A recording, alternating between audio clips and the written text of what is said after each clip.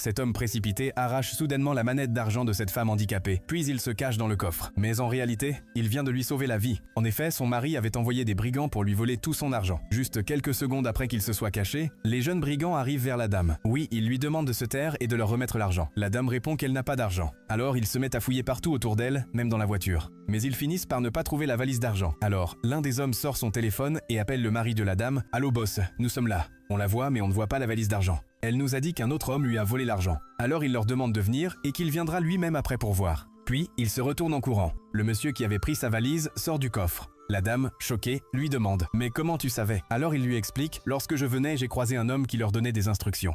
Il leur disait « Une fois que vous prenez le tournant, vous verrez la dame avec une valise près d'une voiture grise. Volez-lui la valise et agressez-la si elle refuse.